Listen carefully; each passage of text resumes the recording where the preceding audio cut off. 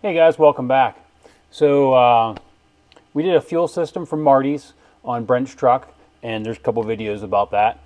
However, there's a lot of guys that don't want to spend the money on a full e-fuel kit, or you need to have special products. So you might be doing something a little bit different, something completely out of the normal, where you might use a filter base and a pump from a kit, and then everything else is going to be custom made, be it an engine swap or anything where you're going to be doing something completely custom, different fuel feed setup, different sump, different feeds, anything like that.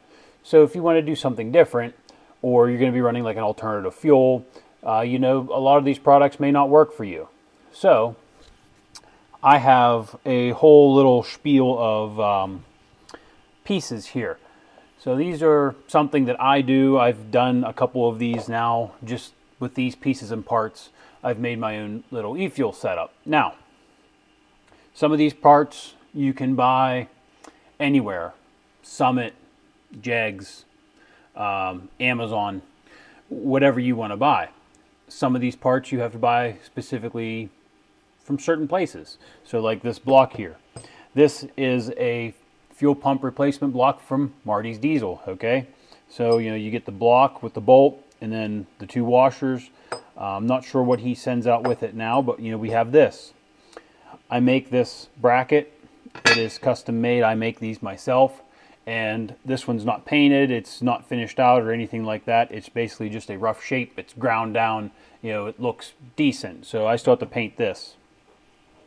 And then you're going to need like something like this soft jaw. All right. So we use these to tighten up our fittings.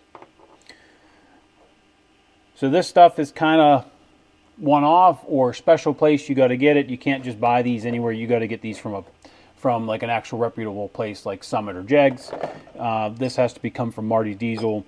This is obviously something that I make, and then everything else you can buy wherever you see fit.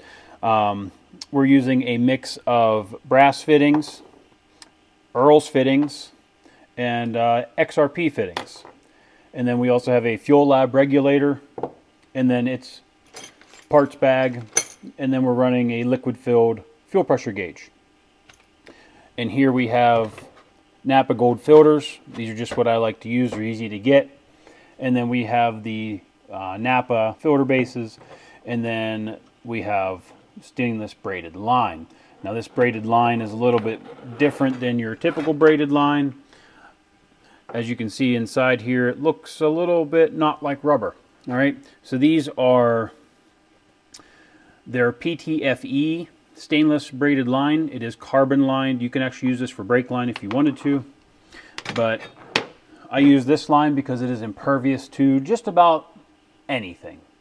It is chemically resistant to everything. You can put whatever you want in these lines and it will never ever degrade. So if you have to worry about alternative fuels, or if you're running waste oil or engine oil or whatever you're running in your 7.3, this line will take it. So this line's a little more expensive, requires special ends. So this makes this a little bit more money. Now I had said we were running a mix of Earl's and XRP fittings here. So went with the XRP because they're a little bit cheaper than, say, the Earl's fittings, and I haven't really tried the XRP stuff yet, but I wanted to try it out on the truck that this is going to go on. But I'm going to put this together and kind of show you what is involved with maybe making your own kit if you wanted to do something that's a little bit out of the ordinary. Now this is something that I have done on 3 of my trucks now, maybe not to this standard. However, it is all pretty much the same thing. The only thing that you don't see here is going to be any soft line, so a rubber line that we would use under the truck, and then also a fuel pump. So there's no fuel pump here. I run the OEM Bosch fuel pumps like you can find on the Marty's e-fuel and the Irate e-fuel. So you can run that Bosch pump with any of this, and I might have some miscellaneous fittings that I will use, but once I get the pump here, then I can get the fittings for that and show those to you. However, this is pretty much your starting lineup for this, and if you were to buy all of these fittings, pieces, parts, and everything like this, Now this is a high quality, high-end kind of install. You're looking at close to the same price as a e-fuel kit that it would run you from, say, Marty's, Irate, 444 Fab, anywhere like that. So, you know, building your own kit generally isn't cheaper if you're using the same standard of parts that these bigger names are using. So, if you wanted to do something like this, I'm going to show you the install, the building of all of this kit. We're going to be installing it on a 96 F-250. So I'm going to go ahead and show you how to put some of this stuff together. I'm going to start with the regulator here. It's the simplest. And then I'm going to go through these fittings one by one. So we have 1/2 to 3/8 fittings here. These are also 1/2 to 3/8. So obviously the 3/8 is your hose barb. This is a 3/8 hose barb. Now these fittings thread into the base here. Now they also give you plugs for these, because obviously you're only going to use, you know, one and then you have to plug the other two. These are the hose ends. These are made by Earl, and these are for this line here. So these are -4. Then we have the bigger ones here. These are -6, obviously for the larger line. These are -6 to -4, and these are AN. We have 2 of those. We have a single -6 to -6. We have a -4 to -4 90-degree tube. Now I don't use the forged ones because they're a little bit more money. These work just fine. So we have 2 of these. We have the same thing in a -6. We have a 5/16 tube adapter to -6 AN and a 3/8 tube adapter to -6 AN.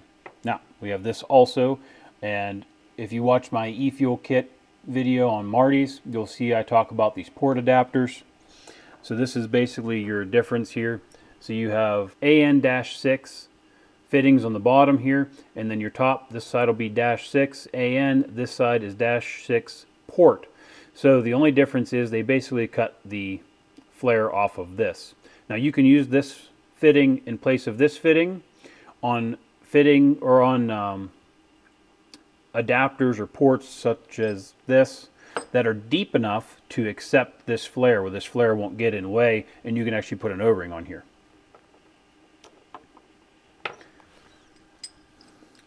So I had talked about this in the Marty's video as well. This is his fuel pump replacement block. This thing is super convenient. This is totally worth the money he wants for it. This makes your life so much easier. Before, this used to be probably $70 in adapter fittings that you may be able to find. I found them once and then I couldn't find them again because of the depth of the block. So we have this, the fitting or the sealing washers for the banjo bolt, and then a hold down bolt, and then we're running a fuel lab regulator here. So this is your standard fuel lab regulator, -6 ports on the return inlets, return outlets, and then we're running a Summit fluid filled gauge. So all of these pieces and parts here are what you would need to do this fuel system. Now you could do this cheaper. You could run brass fittings if you wanted to on everything and cheap rubber line, but the way I build these setups, they will basically go through anything. You can put anything in them. The fuel lab regulator is extremely simple to rebuild. You can buy a rebuild kit for these. So if this does fail you, you literally pull the 4 screws out of the top, replace the diaphragm inside, put it back together, it's done. So that's why I suggest using the fuel lab regulator. I'm pretty sure that's why everybody else is using these now versus an Aeromotive or something like that. So I have all these pieces and parts here. So I'm going to go ahead and I'm going to put this regulator together, and this will be a little bit closer view on the regulator so you can actually see exactly what I'm doing here, and I'm going to explain to you why I've done the things that I've done here when I build these kits. So let me grab some stuff here, get some Teflon tape and some other things so that I can put these all together for you. So in Marty's video I had said we don't need these O-rings, and I had also said that the fittings that he gave you were a elbow with a locking nut, or not a locking nut, but a nut that would tighten down. It's kind of like the fittings you would find on a head of a 7.3 for the oil lines. All right. Well, for this fuel lab regulator, we're going to need these O-rings. All right. And then obviously we have the bag open here. We're going to dump all this stuff out of here because we're going to need it all.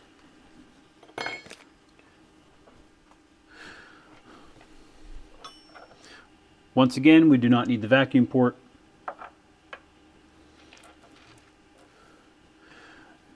And then we're going to go ahead and install the stud in the top of the fuel pressure regulator. I had said in the other video that there's a hex at the top. There's not a hex at the bottom. Insert this so that your Allen key would be on the top, your Allen insert there.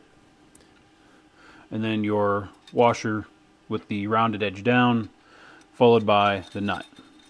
Once again, this adjusts your pressure, and we will not be adjusting this until it's on the truck. For sake of not losing these bolts for now, I'm just going to thread them into the back here.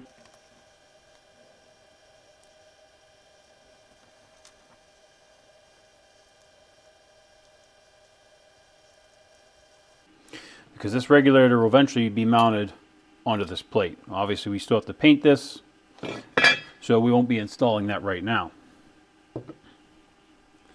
Continuing with the regulator setup here,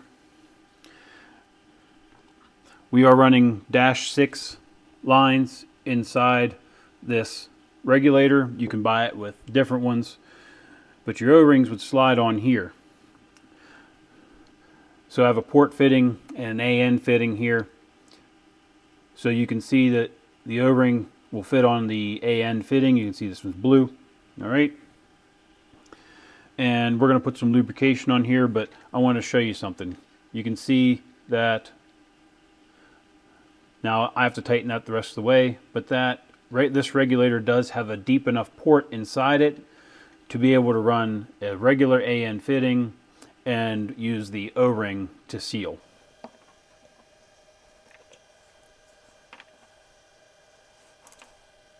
So we have all of our O-rings installed on our fittings, including the port fitting that comes with an O-ring on it.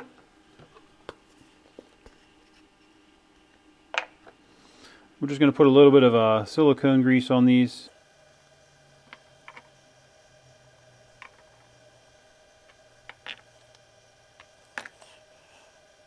So you don't have to perform this step.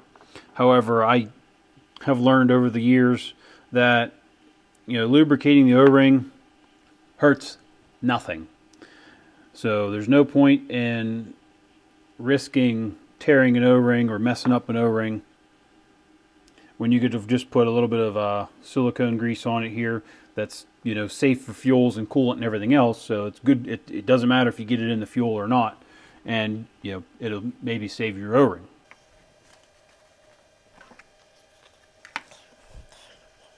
Now our 6 to 6, so -6 to -6 goes in the bottom, O-ring first.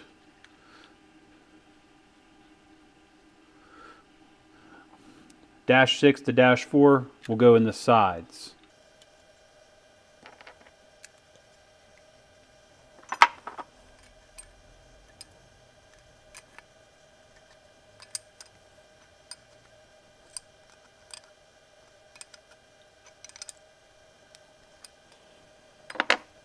So these are fully installed here.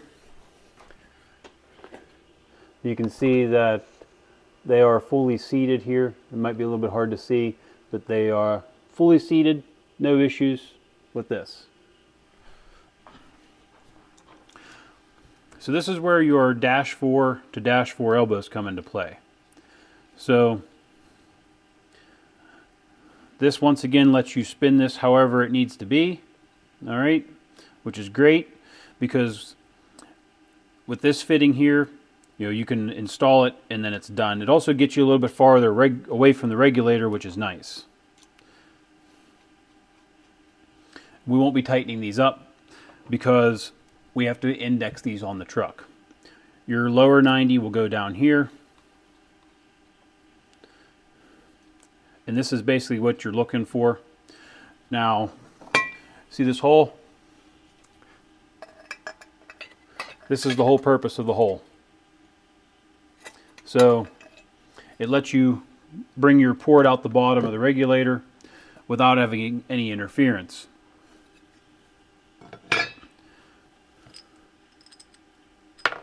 I'm going to go ahead and install our port fitting in Marty's block here.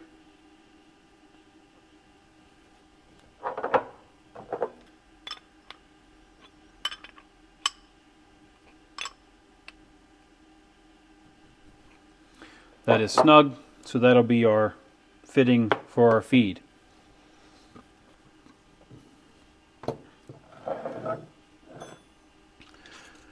Next we have our Teflon tape. Because of the truck that this is going on, all of our NPT fittings will be getting Teflon tape. So go ahead, we'll start with the fuel pressure gauge here.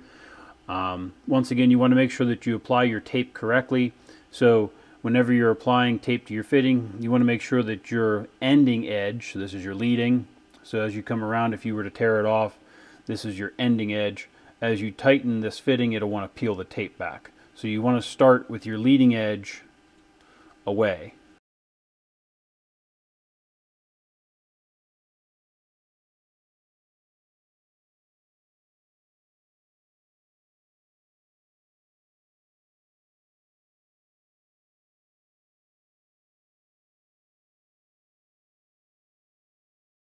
And you know what? We're not going to put Teflon on this one today, just to prove that it doesn't really need Teflon. And then we'll go ahead and put this gauge in here and get it snugged up.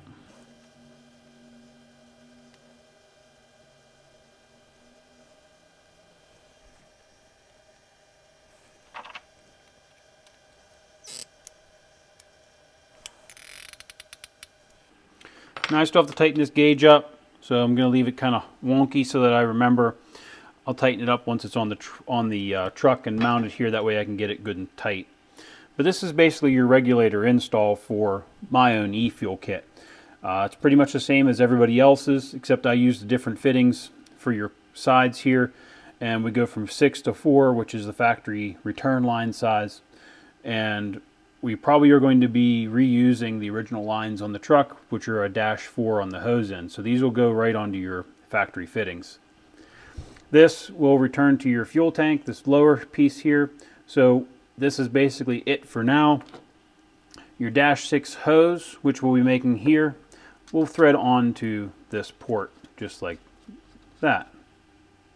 And if we did want to make the lines for the front, which we may end up doing, that's what these are for here.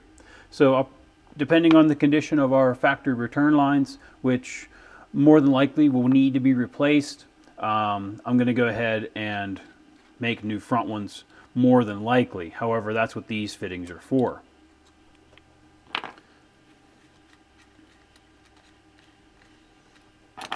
So this is your fuel pressure regulator set up, and you know, we can move these around so that they need to be where they need to be as far as indexing goes. So that's the way that we set up our regulator.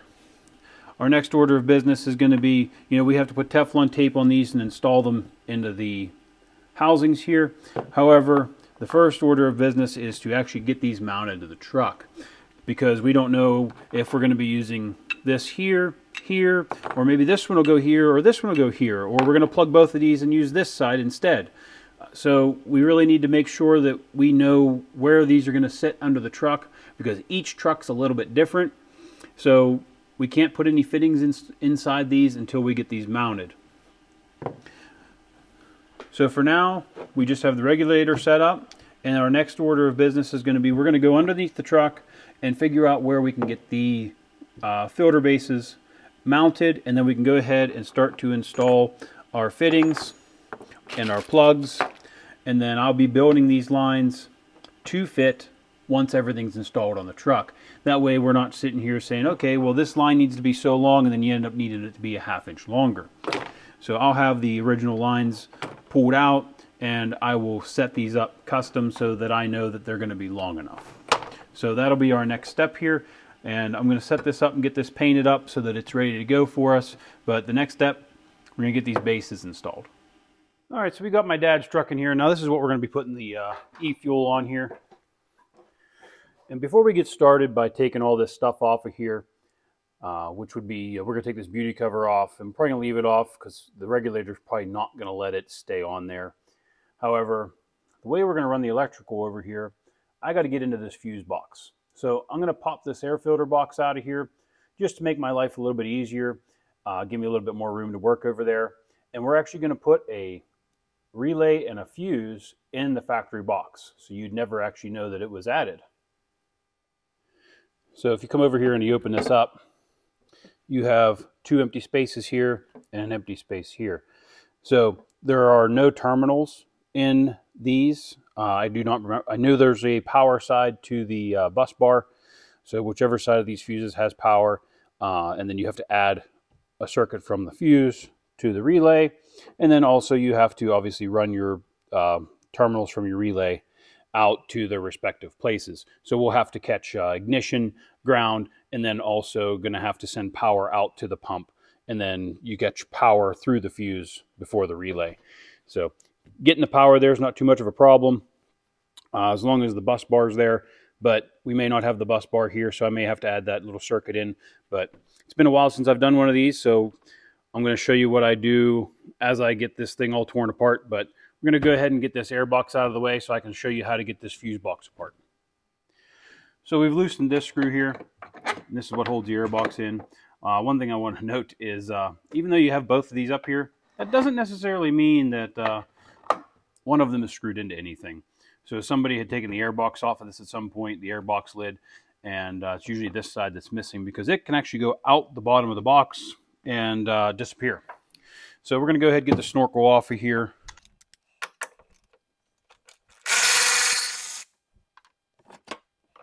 And then loosen up this. You know what? There's no hose clamp on here. We need to get a new hose clamp for in here. It has become missing as well. So as we lift this off of here, that just comes off.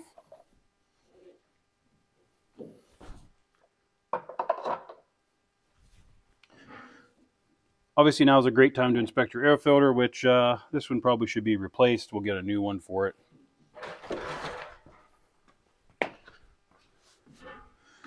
And as you can see here now, you have the rod here, but not here. It's gone.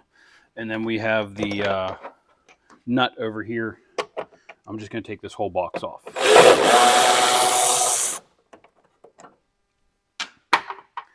Now there's rubber grommets down here, but this one, they're all loose. And then you have your intake air temperature here. Just pull that out. So we have the air box out of here. You can see right here that somebody had an air intake on this truck at some point in its life. So that's more than likely why the stud was missing on the air box. Because I do know that they put a downpipe on this truck before we purchased it. So I do know that somebody had some stuff done to it, but nothing crazy. But the next thing we need to do is I got to get this fuse box up out of here. And sometimes that can be a real pain because you have to unlatch both sides here. These are little latches. And sometimes you don't have enough wire on this side. So this is the power into the box here.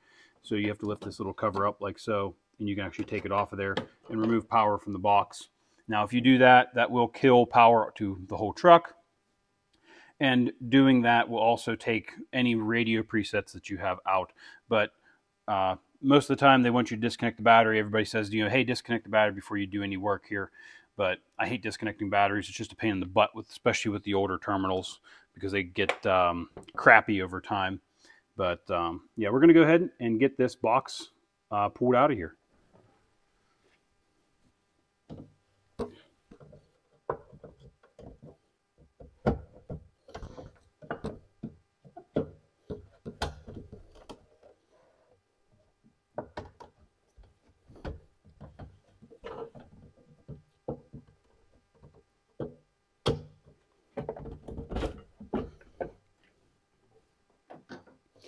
So you see the box lifts up out of its tray. All right. Now, the only thing holding us here is the fact that this power wire over here is kind of holding us down. So we can't flip this box up at all. So we're going to go ahead and disconnect the power over here to make sure that we have enough room. Now this slides up and it stops. But if you take the outside edges and kind of pull them apart a little bit, you can take the cover off, get you a little bit better access here. And if you are not disconnecting your batteries, please keep in mind that this is a live terminal here, and it is hot and it can touch other things and cause problems. So if you're not real confident in your abilities with the power here, please disconnect your batteries before proceeding any farther.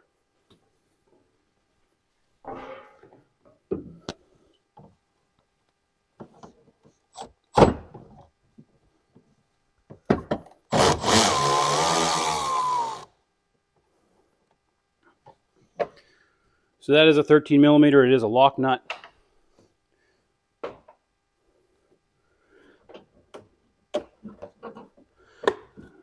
So in doing so, you can now remove this box completely from the bracket, and there's some catches here to remove this bottom piece off of here. And if you do remove the bottom piece, it'll give you full access to the bottom of this box.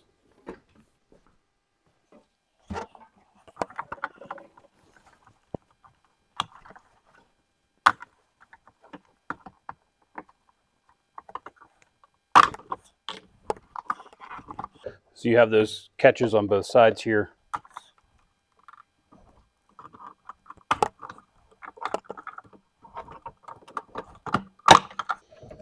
Now the idea is to not break the tabs on here. So you can see the tabs here that hold it together. You do not want to break those because this is the only thing that holds the bottom of this box together. So you can see the bottom of the box here, and you can see that there are places for the terminals to go in, and then you have the bus bar cover here in the middle. So I'm going to pull this apart. I might have to move the camera for you so I can actually see what I need to do here. But I can't really show it to you because of the angle of it. But the fuse holder here, so this fuse here, that is accessible. It does not have the bus bar covering it. Okay, but these two here, there is a bus bar covering it, but there's no terminal from the bus bar to the fuse. All right, so if you wanted to put that in there, you would physically have to remove the bus bar from the bottom of this and salvage a little connector to go from the bus bar to the fuse. Now that's a possibility that you can do. I usually just use this guy over here because it's the easiest one to get to, and you don't have to tear apart more of the fuse box to get to it. So to give you an idea of what we're doing here, all right, so we're going to have power in from the fuse box. Now this power can come straight from this terminal here, so you would just have to run a wire down from here down in to the box here for this wire, one side of your fuse. The other side of your fuse will run to the relay, and then obviously the relay works in its standard fashion, so we'll have an ignition source, and then also have a ground, and then also this will be power out to the pump. All right, so I have salvaged these connectors out of junk boxes from trucks. So I do have a little bit of these, and this is what I use. I'll find a truck that has one of these boxes that somebody cut the harness out of, just basically destroyed the whole harness, and I'll salvage the box out of it to save the connectors for stuff like this. So if you're planning on doing this way, you're going to need to go to a junkyard or salvage yard, or even somebody that's parting out trucks and get a fuse box to pull these from.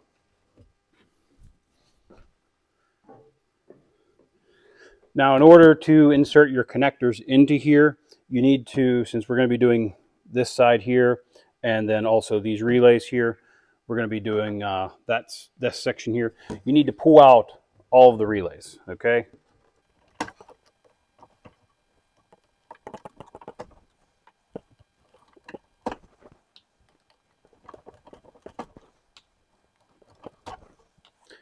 Now you may be asking, why do you need to pull the relays out?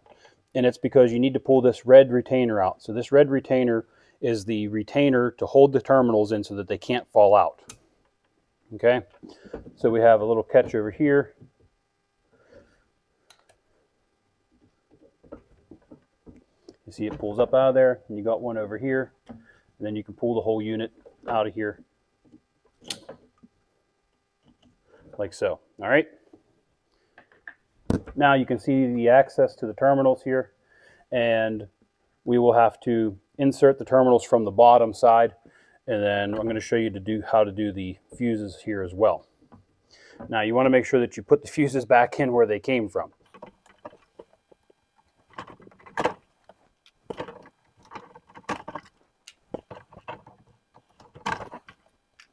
And then in this scenario, we'll also pull the diode out. Okay, then you also see you have your red retainer in here.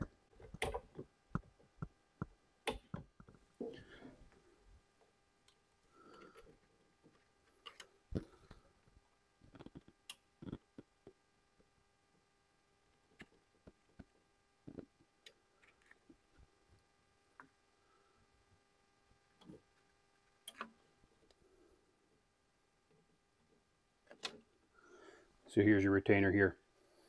So these are little clips, you got to push them this way to get them undone.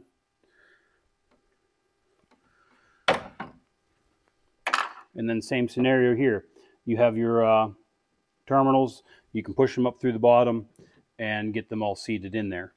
All right, so you can see that not all of these have terminals in the middle because they're just a on-off relay. They're not a switching relay, so to speak. So we're going to go ahead and get our wires set up and get them pushed into the retainers.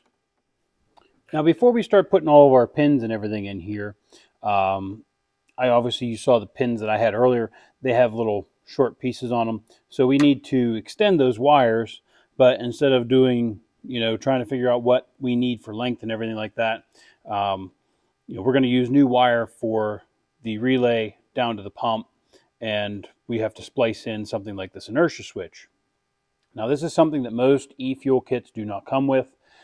This is also something that a lot of people overlook, and a lot of people try to put an oil pressure switch in.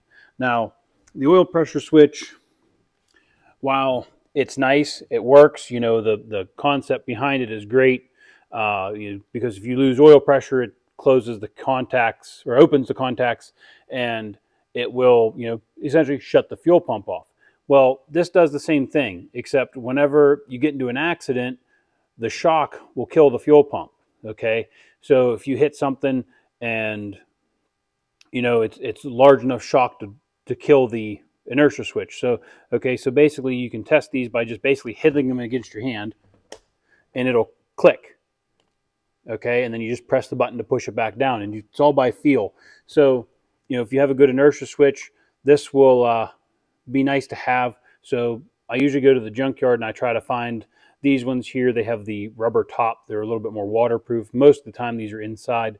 However, I mount all of mine right here. Okay, so you basically just want this switch to be vertical. You don't want it sitting like this or like this or like this.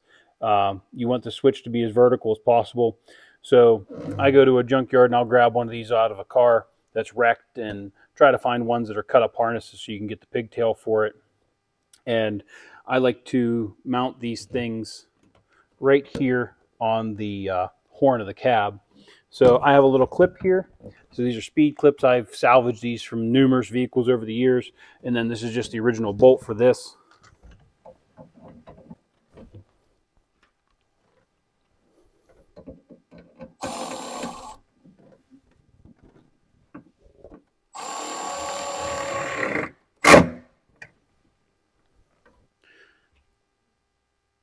And I just mount it here just like that. And what I'll do is I'll make a section of wire here. I'll take this plug off of here because all this is just power in and power out. So we'll come from the relay. We'll do pin 30 over to here. And then from the other end, we'll run that down to the pump. Okay. So you want to make sure that you mount this somewhere where it's going to be out of the way.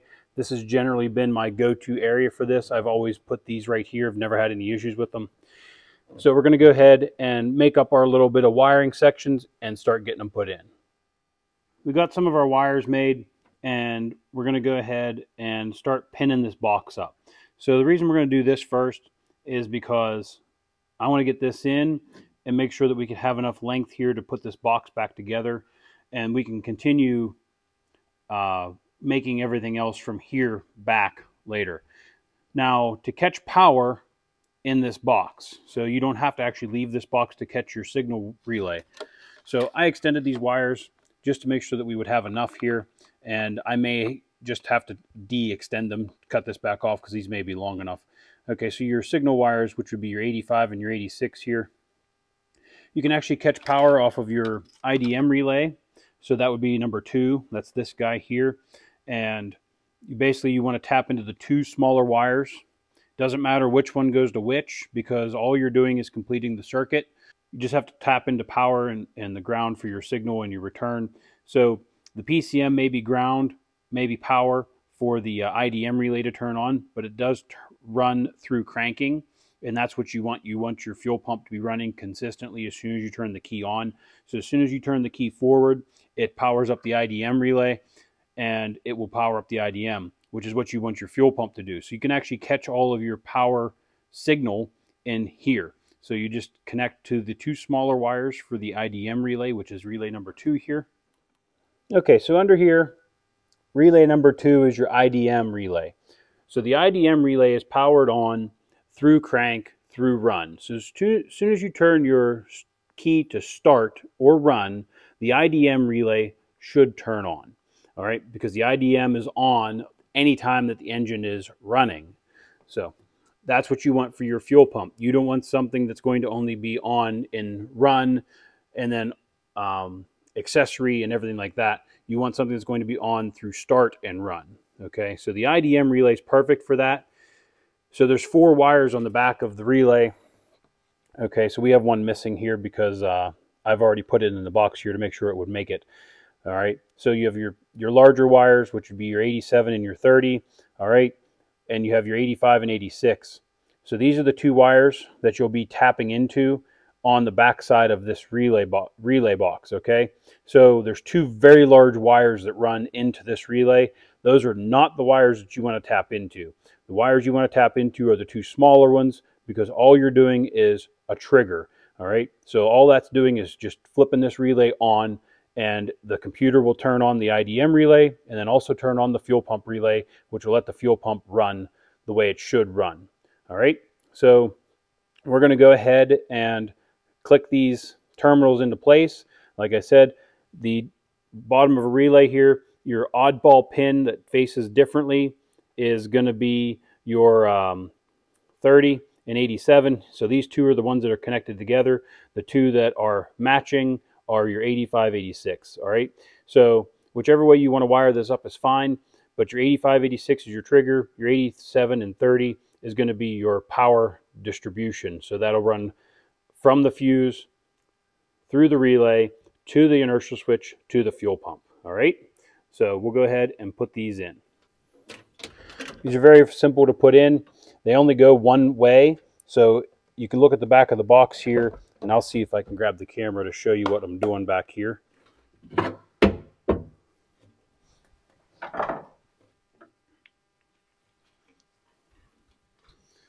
So the back here, this box here, the wires only go one way. This is very difficult to do with one hand. So these will only go one way. You can see there's a little piece sticking out here. All right, so these will be your 85 and your 86, and they just slide in and click. Okay, so those are installed. Now this is the relay here that I was talking about, your IDM relay. You're going to want to tie into the yellow with the black, and then this red guy here. Okay, so we're going to go ahead and run the red wire to this red wire here, and then we'll take the dark wire and take it over to the yellow wire here. Now, it doesn't matter which one's power ground, because these are both going to be run from the PCM, so you don't have to worry about powering the trigger wire and then or grounding the trigger wire. The PCM will do that for you through the natural wiring, so this makes this pretty foolproof as long as you catch the 2 smaller wires. So we're going to put some T-taps on there with a little bit of dielectric grease to make sure we don't get any corrosion, and then get those connected up there, and then we'll go ahead and run our power wire to this last one here. So we're a little zoomed up here. What I did was I took some dielectric grease and put inside these connections here, because I don't have heat shrink connectors for here. Okay, and then you're going to go ahead and put this through here and crimp it on.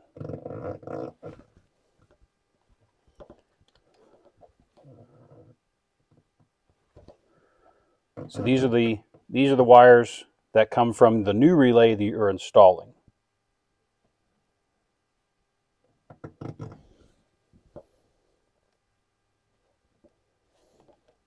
All right.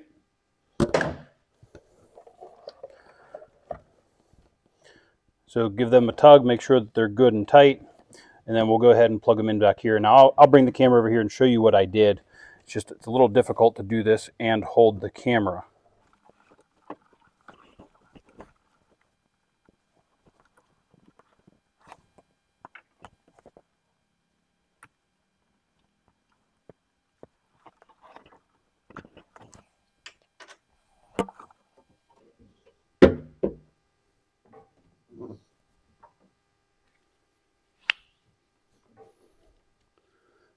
So we tapped into the signal wires, so signal return and signal, we tapped into the signal wire and then also our ground wire. Now I don't know which one's which, however it's not real important because the relay here will function this relay here the exact same way. So you don't have to worry about backfeeding a circuit or backfeeding power into your PCM by saying putting power to this wire through another ignition source and then grounding here, or getting power here and grounding through this source and then creating a short of some sort. So doing it this way actually is kind of a fail-safe for the PCM, so you don't have to worry about messing with power ground here. Now we still have one more pin to put in here. Now this one will run from here to the inertia switch, and then we also have our fuse pin to put in down here in this empty slot. You can see that there's a yellow wire across from it. So we're going to go ahead and put that in as well, and that will run to this stud right here. So we're down here in the bottom of this box. So we have our power wire here. Now this is going to be running to the stud up on the top of the box here out of the frame. So this will only also go in one way and it'll click. So you can see we have a extended here. So basically what you need to do is take this wire here, which is our power to the fuse, and you'll want to run it up here along with this wiring and go to this stud. So we're going to go ahead, cut this wire off where we need to, and then we'll just put a little bit of a zip tie in here to hold this all together once we're done, to keep everything in order. So we'll go ahead, cut this off, and get a terminal put on here.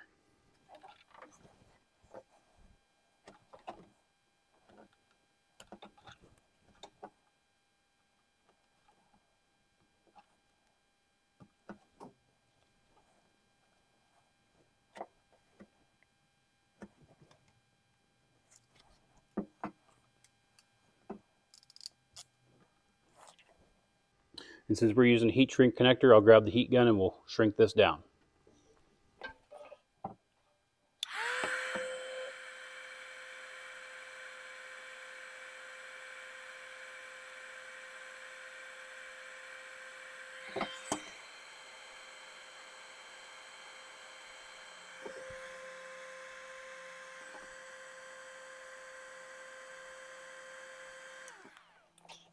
So these are marine grade. They have the goop in them, which is what I like.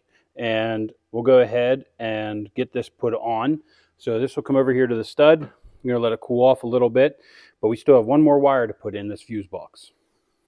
So the wire we have left there will run to the inertia plug, which is this guy here.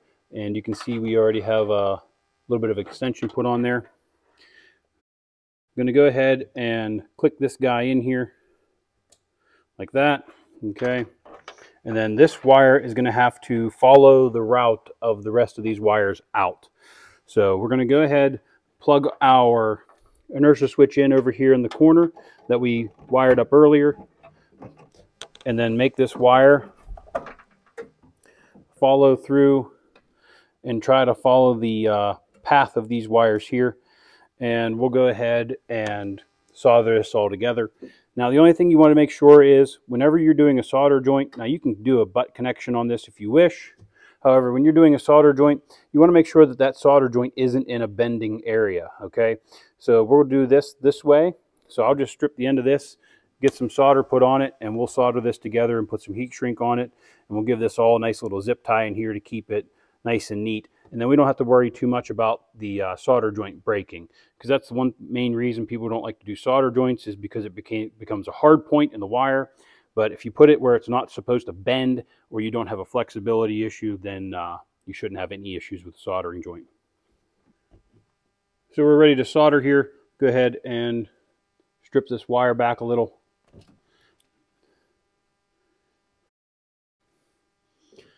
Give it a little bit of flux. And then we're going to go ahead and tin this wire.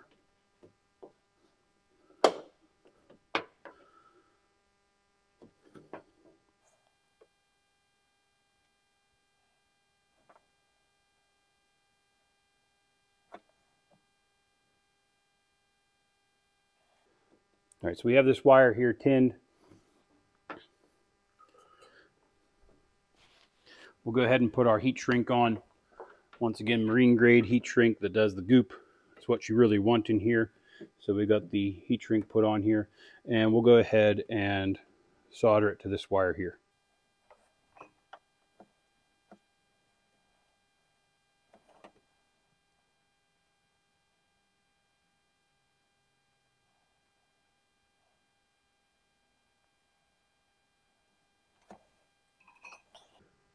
Now sometimes what I'll do here is I'll take my crimpers and smash it down a little bit, and then I will resolder it again. So I'll show you what I do with these.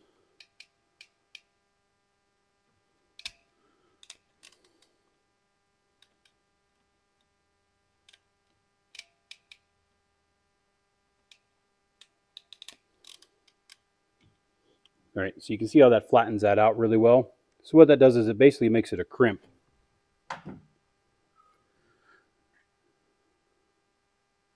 Now this can be the fun part, because I do resolder these because I don't like to break the solder.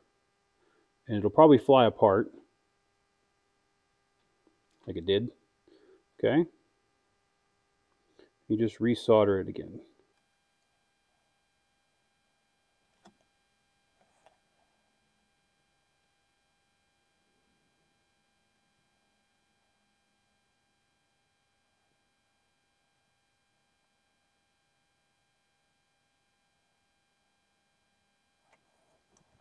So what that does is it flattens it out a little bit.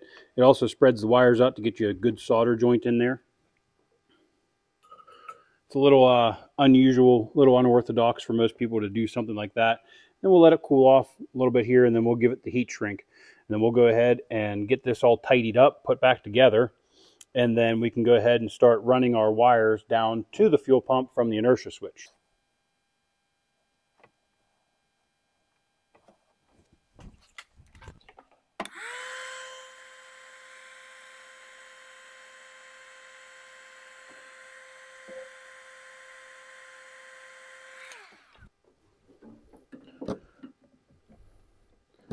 So all I'm going to do here is I'm going to put a zip tie on all this, just to keep it from being a little bit crazy under here. Now, don't need to go wild and catch all the wires. You want to make sure you're also not pulling on wires. Okay. But basically the idea here is you want to make sure that you get around all these extra wires and pull them all in close. So we had talked about not having a bend in your solder area there, okay? So you can see we straightened that out a little bit. So all this zip tie is supposed to do is just keep everything tidied up under here that we've added. So as you can see, that tucks it all up nice, keeps everything kind of from getting a little stray. And then we can go ahead and put our power wire on the stud over here like so. Now this power wire will stick out from underneath the fuse box. You may have to put a little bit of a notch in this box for the wire to come through, but that's not a big deal because that doesn't make really a seal. But we'll cut that zip tie off, and then we'll zip tie this wire down to the harness down there and get this fuse box put back together. You push your zip tie down around a little bit there so that it does not interfere with anything.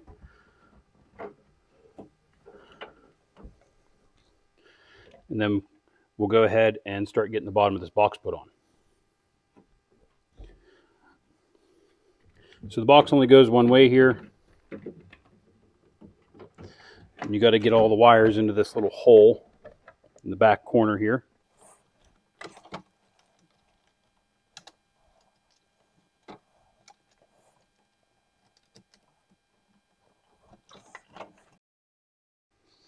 You can see here that this wire is going to pose us a little bit of a problem.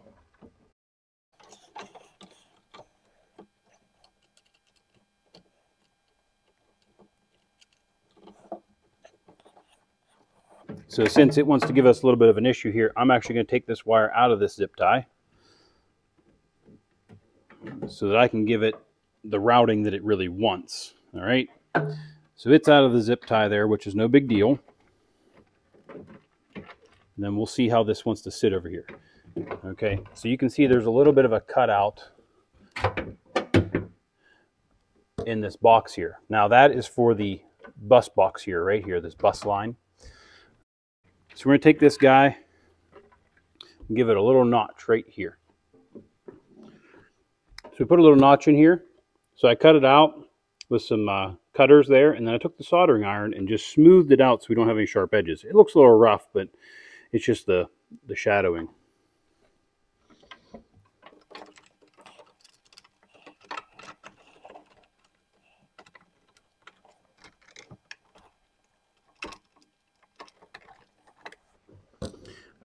The box will go on like this, and I'm going to have to move the camera so I can get my arm in here the way I want to. I'm going to go ahead and get this clip back together and get it set back down into the cradle down here.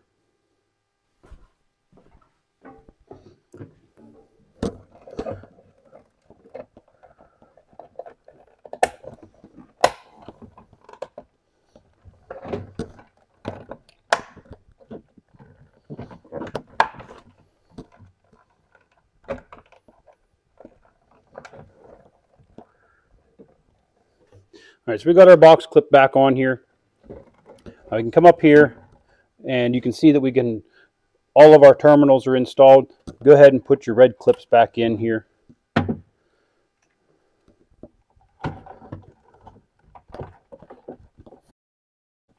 So we have everything installed here. We can go ahead and start putting all of our fuses and relays and everything back inside here, all right? But first, I'm going to go ahead and get this box put back down in this little hole here.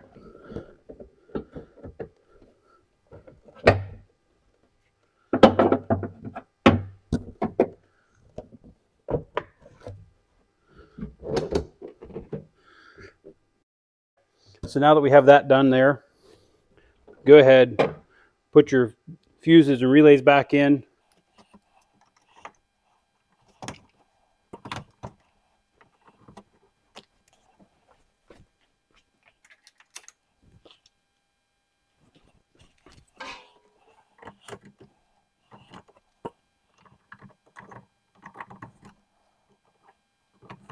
So this is our factory setup in this truck right now, okay? So this is how this truck was set up factory. And now, since we've added all the wiring, we can go ahead and throw our new fuse in for the fuel pump and our new relay in for the fuel pump relay. We have a fuse and a relay added for the fuel pump, and it will run through the inertia switch here, which we still have to run this other wire down to the pump, and then the pump will ground to the frame. So we're going to go ahead and get this wire ran, and then we'll go ahead and drop underneath the truck and show you what we got to do to hook everything up underneath.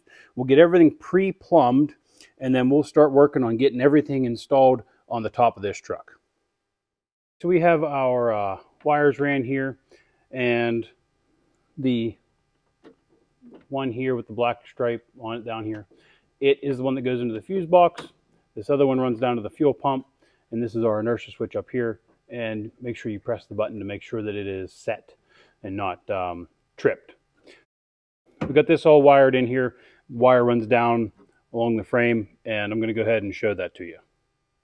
So we have our wire running down here. It goes in with the clips on the loom here, the frame harness, and we zip tie it everywhere to keep it out of the drive shaft here, and make sure that it's nice and tight. It's not going to be rubbing on anything or hitting anything along the way here.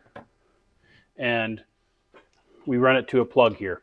Now, I like to use the factory plug here because if you do need to end up replacing this pump, it's easy to just unplug it here, pull the pump out. But we also have our power wire. You notice there's only one wire here. That's because we grounded to the frame. Now, we don't want to T-tap into any wires with this. We want to run this directly to the frame. As long as you have a good frame ground, this is the perfect way to do this. So we grounded this out to the frame here, and we have our power wire running up from our inertia switch. So we got all this set up here, and we'll secure this end of the pigtail a little bit later. So we're going to do another part to this video because this video is starting to get a little bit long. But in the next half of this video, we're going to go ahead and show you where we are going to be mounting our pump and filters, and then also how we're going to be doing the valley setup with all of the lines and everything like that. Look forward to that next video here. However, we're going to try and get that done here today as well, but it won't be in this video. So look for that video coming up. Thanks for watching, guys, and we'll catch you on the next one.